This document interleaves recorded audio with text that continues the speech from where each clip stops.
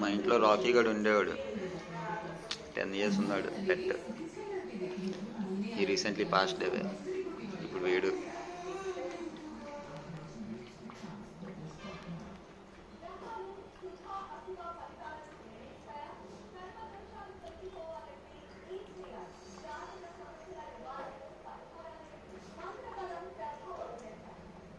రుణానుబంధం.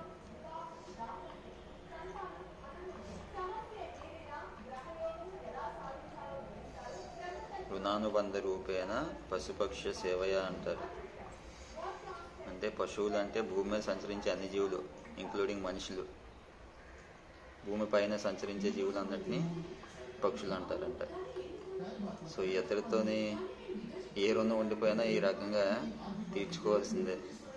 అది తీర్చుకోకుండా మనిషి పూర్తి మోక్షాన్ని కూడా పొందలేడని చెప్తుంది శాస్త్రం.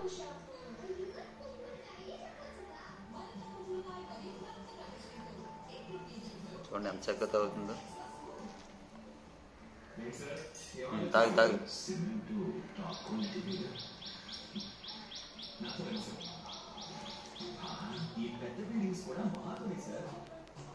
ఏంటి చూడలేదా మా అమ్మ?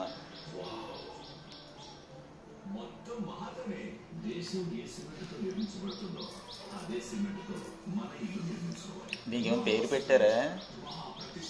ఇంకేమైనా పేరు పెట్టాల్సింది కదా. ఇంకెక్కడే గెస్ట్ కాదు, ఇంక ఫ్యామిలీ మెంబర్ లాగా ఉన్నది. ఏం పెడదాం పేరు? ఇది ఆడపిల్ల మగపిల్ల? మేలేనా?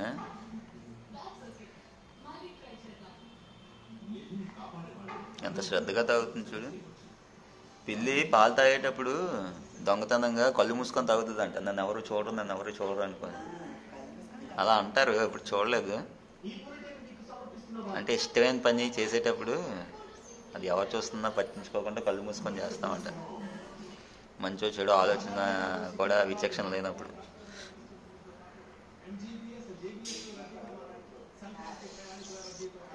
అబ్బా,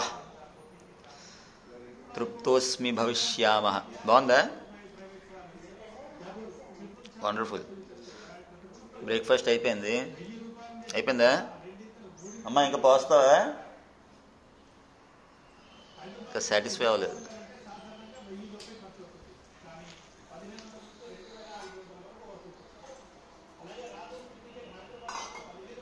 తాగు.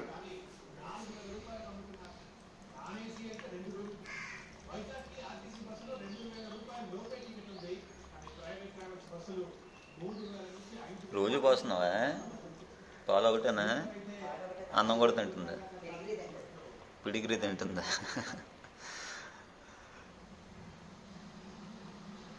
మరి మిగతా పిల్లలు చాలా ఉన్నట్టున్నాయి కదా. అవి కూడా పైకి వస్తున్నాయా? ఇది ఒకటే వస్తుందా? అవునా? అంటే దీంతో ఏదో రుణం ఉండిపోయింది నీకు, తీర్చేసుకుంటుంది. ఇది మెట్లోకి వస్తుంది 3rd floor కంటే.